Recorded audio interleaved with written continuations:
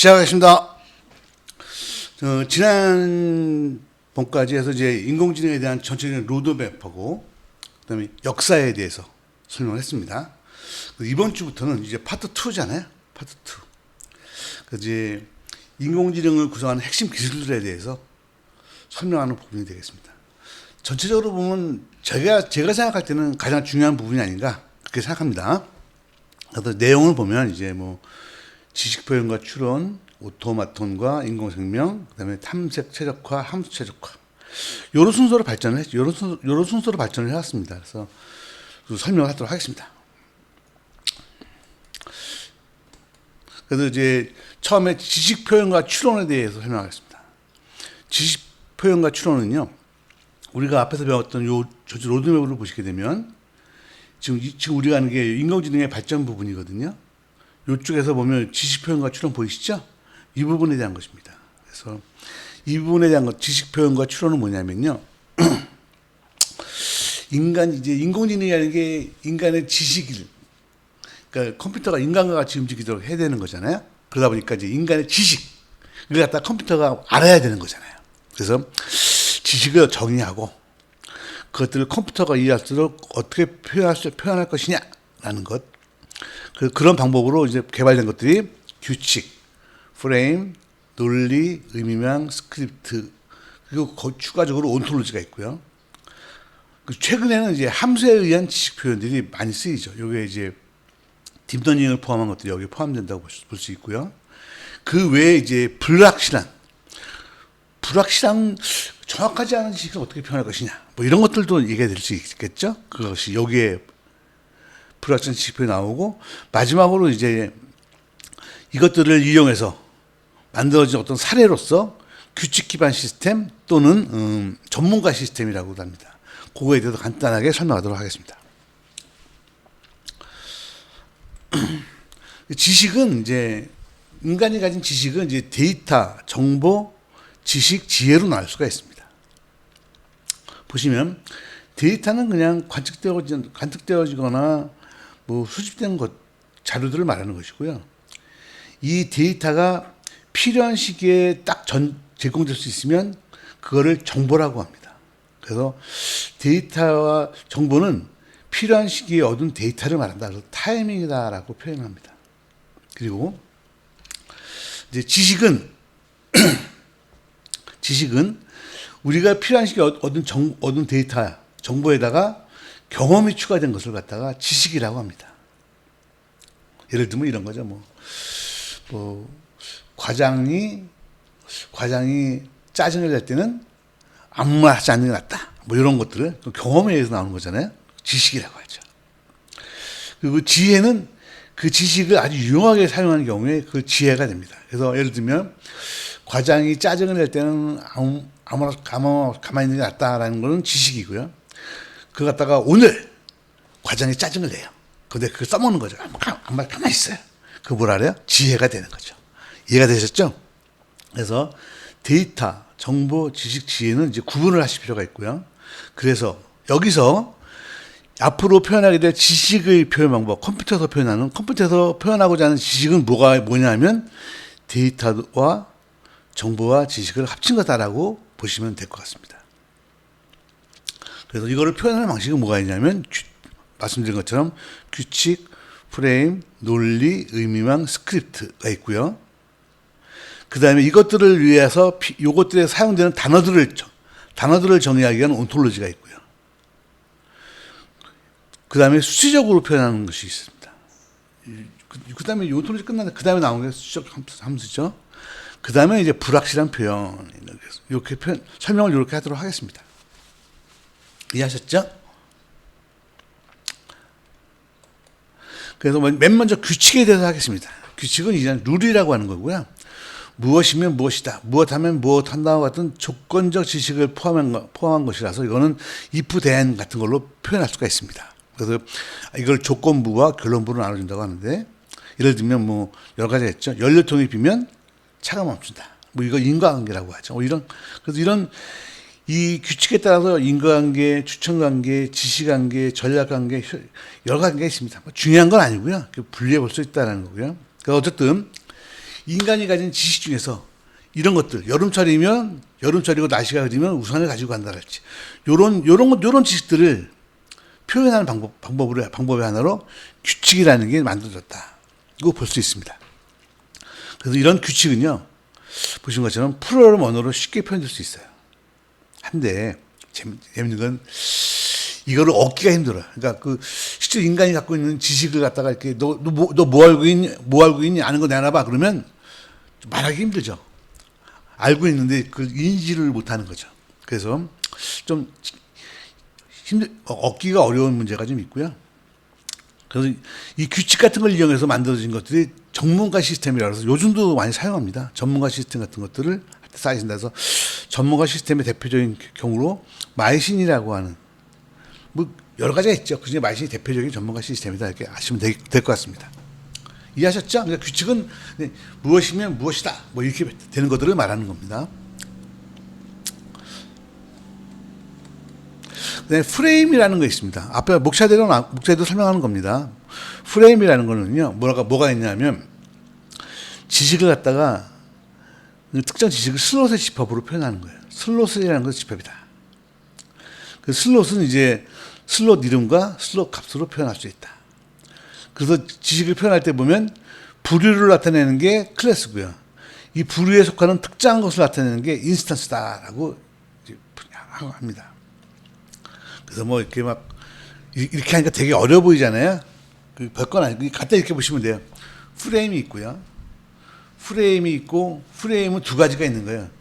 전체를 대표하는 형태의 클래스 하나하나를 표현하는 인스턴스 프레임이 있고 하나의 프레임은 여러 슬롯들로 구성된다. 그 슬롯들은 뭐 패시브과 데몬으로 구성된다. 뭐 이런 것들이에요. 어려워 보이니까 이거 보시면 되고요. 샘플을 하나 보여드리겠습니다. 클래스 프레임, 이런 컴퓨터라고 하는 너의 컴퓨터가 아니고 그냥 컴퓨터라는 제너럴한 것의 프레임입니다. 그 프레임은 이거 보면 프레임 네임, 프레임 타입 보이시죠? 여기 보면 이 프레임은 CPU, OS 이런 걸로 구성된다. 이게 슬롯이라는 겁니다. 그 슬롯들이 갖는 값은 패시트 해가지고 패시트 이렇게 들어간 거죠. 보이시죠? 자, 다시 요걸 갖다가 이제 그 클래스 프레임이라고 해서 요것도 인간이 가진 지식을 표현하는 한 가지 방법입니다. 그죠? 맞죠? 우리가 보면 컴퓨터라는 거, 우리가 인간이 가진 지식에 보면 컴퓨터라는 게 있고 내 컴퓨터라는 게 있잖아요. 다르죠? 컴퓨터는 약간 제너럴한 거니까 클래스 프레임이라고 하고요. 내 컴퓨터는 인스턴스 프레임이라고 하는 거예요. 그래서 그걸 구성하는 게 보면 여기 보면 프레임은 컴퓨터고요. 클래스고요. 이거를 구성하는 거는 이런 걸로 구성이 되고 이것들의 자세한 값들은 이런 패시브로 구성된다. 이렇게 보는 거죠. 그럼 인스턴스 프레임을 예를 한번 볼까요? 인스턴스는 이제 컴퓨터 노트북이라고 하면 되죠. 그래서 여기 보면 프레임은 노트북, 타입은 인스턴스다. 보이시죠? 여기도 마찬가지로 패시시 쭉 구성되고요. 여기 보면 여기 보면 데몬도 있는 거죠. 요건 데몬에 속하잖아요. 요건 패시에 속하고 별거 아니에요. 그러니까 결론적으로 뭐냐면 프레임이라는 거는 뭔가 여러 개가 모여서 구성되는 하나의 지식이라는 게 있어요. 이런 컴퓨터, 그죠? 자동차도 마찬가지죠. 자동차도 운전사, 앞바퀴, 뒷바퀴, 뒷문, 앞문 다 그게 모여서 구성되잖아요. 그런 인간의 지식들을 표현할 때라고 만든 게 프레임이고요. 프레임으로 보면 자동차라는 건 클래스 프레임, 그죠? 그다음에 내 차 그렇게 하면 이건 인스턴스 프레임 이렇게 해서 이제 표현할 수 있다. 그걸 이제 만들었다고 보면 되는 거고요. 앞에서 말한 규칙 기반하고는 좀 내용이 다르죠, 그죠? 다른 인간의 지식을 표현하는 거라고 볼 수가 있는 거죠. 이해하셨죠? 요것도 이제 인공지능을 연구하는 분들이 컴퓨터한테 인간의 어떤 지식을 학습시키고자 만들어내는 방법이다. 참 노력 많이 한 것 같죠? 몇 개 더 보겠습니다. 그 다음에 논리라는 것도 있어요. 예를 들면 이런 거죠. 명제 논리라는 게 있고 수로 논리라는 게 있는데 비슷비슷한 것들이에요. 논리는 뭐냐면요.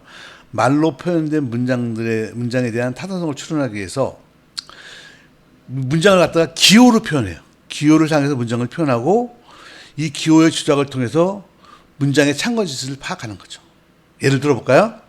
자, 알렉산더는 아시아를 넘본다. 기본 명제죠. 그죠? 징기스칸은 유럽을 넘본다. 기본 명제죠. 그죠? 이거 갖다가 이제 이런 수식을 표현하는 거죠. 그래서 알렉산더는 아시아를 넘보고 징기스칸은 유럽을 넘본다를 어떻게 표현하냐면 P와 Q의 논리 곱으로 이런 식으로 표현하는 거예요. 이런 기호로 이렇게 표현을 해가지고 요 인간에 맞는 지식들, 이런 지식들을 갖다가 이렇게 표시를 하는 거죠. 이거를 논리라는 개념이라고 표시해요. 이건 앞에서 얘기한 거랑 또 다르죠. 규칙하고 뭐 프레임하고는 또 다른 지식이잖아요. 인간이 가지는. 이런 것들이죠. 그래서 요런 것들이 두 가지가 있죠. 요건 이제 명제에 대한 거고요. 하나는 수론 원리에 대한 게 있어요. 그래서 이제 부울하고 프레게 아저씨들이 이런 것들을 개발하신 분들이고요. 이런 것들도 인간이 가진 지식을 표현할 수 있는 방법 중에 하나고, 이렇게 표현한 지식은 컴퓨터가 인식할 수 있어요. 이해하셨죠? 그래서 뭐 요건 간단한 거 이렇게 보시면 되고요. 그다음에 수론 원리에 대해서 간단히 설명하면, 수론 원리는 이제 예를 들면 이런 거죠. 뭐 각 그 함수 변수를 도입해 가지고 참 것을 결정하는 것이다. 예를 들어 볼까요? 뭐 존은 학생이다라는 것을 표현하는 수론 원리죠. 그다음에 존과 메리는 친구다라는 걸 표현하는 수론 원리예요. 이렇게 표현하는. 그 요런 말을 갖다가 인간이 쓰는 요런 말을 요렇게 표현하는 거예요. 이렇게 표현하면 그거 갖고 뭘 할 수 있다라는 거죠. 그래서 이런 수론 원리를 갖고서는 뭘 할 수 있도록 한 언어가 프롤로그라는 언어가 있어요. 이거 실제로 프로 언어고 여러분이 웹에서 다운로드 받을 수도 있어요. 프롤로그를 갖고 한번 짜볼게요. 예를 들면 이렇게 하는 거죠. 노아는 셈의 아버지다. 노아는 이거의 아버지다. 뭐 이렇게 하는 거죠. 이렇게 되고, 이건 사실을 기술하는 거고요. 그 다음에 관계. 그랜파더라는 건 뭐냐면, X가 Z의 아버지고, Z가 Y의 아버지면 이것은 X와 Y는 그랜파더의 관계다라는 것을 서술해 줬어요. 그래 놓고서는 어떻게 하는 거냐면, 찾아라. 그랜파더의 관계를 찾아라. 라는 명령을 하는 거죠. 그러면 우리가 넣었던 사실들 있죠. 요거 사실들을 통해서 그랜파더는 요거 세 개가 그랜파더라는 거를 찾아주죠. 요거를 뭐라고 하냐면 프롤로그라는 언어에서. 여러분, 우리 그 지난번 동영상에서 인공지능이 발전한 역사에서 프롤로그를 누가 만들었다 설명을 했어요. 그거 한번 찾아보시기 바라고요. 그래서 어쨌든 인간이 가진 지식 중에서 논리, 명제 논리와 수론 논리가 있는데, 명제 논리는 옆에 본 거고, 수론 논리는 여기 프롤로그라는 걸 이용해서 할 수 있어요. 이것도 이제 인공지능에서 쓰는 그 많은 그 기법 중에 하나였죠. 이것은 완전히 다르죠. 규칙하고 프레임하고 논리는 인간이 가진 지식의 완전 다른 것들을 같은 걸 흔들리는 게 아니죠. 이걸 보면서 이제 인간이 가진 지식이 참 종류가 많다는 걸 깨닫게 됩니다. 어쨌든 그 명제 논리는 우리가 부울대서 같은 데서 많이 쓰여서 있잖아요. 디지털 논리회로를 만드는데 1등 기여를 했던 거고요. 수론 원리는 인간이 쓰는 이런 구어체의 말들 갖다가 이렇게 표시를 하고요. 이걸 기반으로 해서 어떤 새로운 관계들을 찾고 하는 것들을 할 수 있는 거죠. 그 프롤로그라는 언어가 요즘은 잘 안 쓰이지만 제가 예전에 컴퓨터 배우던 시절에는 꽤 유명했던 언어. 요즘도 여러분이 인터넷에서 무료로 다운받아서 쓸 수도 있습니다. 이해하셨죠? 그 다음에 의미망이라는 게 있어요. 또 이거 새로운 지식이에요. 그러니까 지식을 그 노드 간의 관계로 표현하는 거예요. 예를 하나 볼까요? 이거 예를 들어보면 금방 알 수 있어요.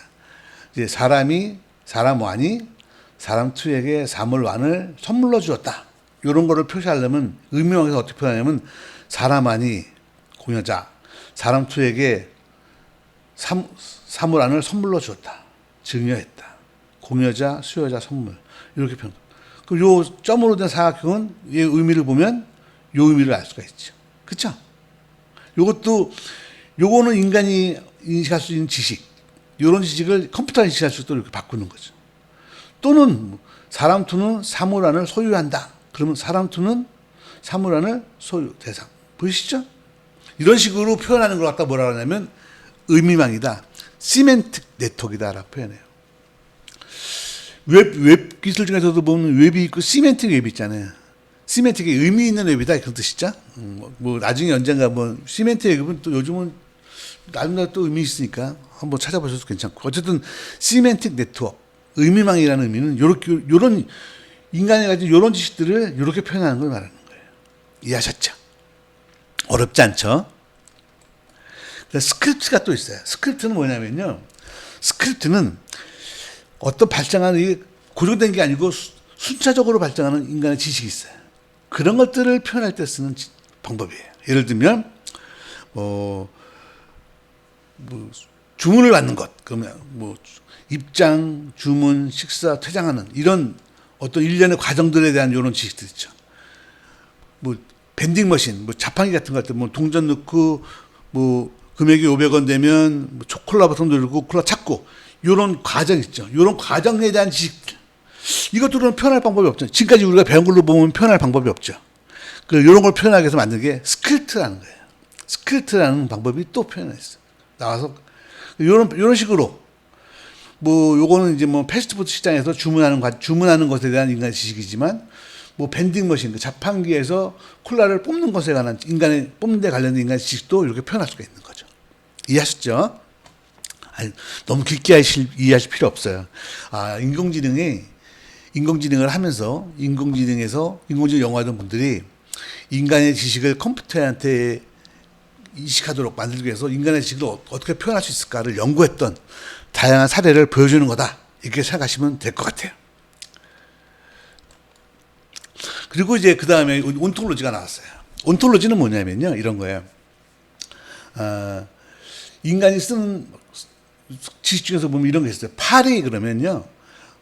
우리는 문장을 보고는 이거는 프랑스의 수도 파리를 말하는 거구나라는 걸 알 수가 있거나 또는 날아다니는 파리거나는 문장 속에서 의미를 찾을 수 있잖아요. 근데 컴퓨터는 그걸 못 하잖아요. 그래서 여기서 사용되는 파리라는 단어가 날아다니는 파리인지 프랑스 파리인지를 명확히 구별할 수 있도록 그 용어를 사용되는, 그러니까 이 앞에서 설명되는 많은 비식 표현들이 사용되는 단어들 있잖아요. 단어들의 의미를 정확하게 식별하도록 하는 것을 온톨로지라고 해요. 그래서 온톨로지는 각 분야별로 만들어져요. 예를 들면 볼까요? 여기서 보면 고라는 온톨로지가 있는데 이건 유전자 산물에 대한 쓰이는 단어들에 대한 것들을 정리한 거예요. 그 다음에 또 여기 보면 UMLS라는 것이 있는데 이것도 온톨로지냐. 이건 어디냐면 미국 보건원에서 의료 용량에 대해 사용되는 용어들 있잖아요. 그것들을 정리해 놓은 것들이에요. 무슨 말인지 이해가 되시죠? 그러니까 이 온톨로지가 없으면 컴퓨터 입장에서는 지금 여기서 파리가 있는데 이게 날아다니는 파리인지 프랑스 파리인지 모르는 거예요. 그렇죠? 같은 파리라고 같은 파리가 아니잖아. 그러니까 이것이 우리가 앞에서 표현한 여러 가지 방법에 의해 표현된 그 단어가 날아다니는 파리인지 프랑스 파리인지를 갖다 식별해 주기 위해서 만들어진 것이 뭐냐면 온톨로지라는 거다라는 걸 알고 계시면 될 것 같아요. 그래서 온톨로지가 없으면 안 되겠죠? 온톨로지가 없으면 앞에서 지식을 아무리 만들어 봐야 이게 예를 들면 앞에서 좀 여러 가지 방법 중에서는 그거 갖다가 프랑스 파리의 의미로 썼는 건데 온톨로지에서는 날아다니는 파리를 생각해버리면 식별할 수 없잖아요. 그러니까 그런 문제가 있는 거죠. 이해하셨죠? 그래서 온톨로지는 인간이 만드는 지식을 표현하기 위해서 여러 가지 방법들을 앞에서 만들었는데 그 방법에서 사용하는 단어들이 있잖아요. 그 단어들의 의미를 정확하게 정리해 주기 위한 어떤 방법이다. 그래서 이 온톨로지는 그럼 내가 이제 앞에 만약에 프레임을 쓴다 그러면 프레임에서는 나는 어느 온톨로지를 쓴다고 명시를 하면 돼요. 그러면 그것만 갖고도 여기서 쓰는 단어가 정확히 정리될 수 있는 거죠. 이해하셨죠? 그래서 온톨로지는 한 개만 있는 건 아니에요. 온톨로지는 계속 만들어지고요. 앞으로도 계속 만들어져야 돼요. 그래서 내가 만약에 이번에 정의할 때 여기서 쓰는 이것들은 어떤 온톨로지를 사용한다는 걸 앞에서 명시하고 들어가면 그 단어가 이거는 여기서는 이제 파리라는 게 나와도 프랑스 날아다니는 파리는 빼버리는 거죠. 이해하셨죠? 네, 그래서 여기까지 해서 1차를 마치고요. 그 다음에 이제 또 요 다음 편에서 이어서 설명하도록 하겠습니다. 네, 수고하셨습니다.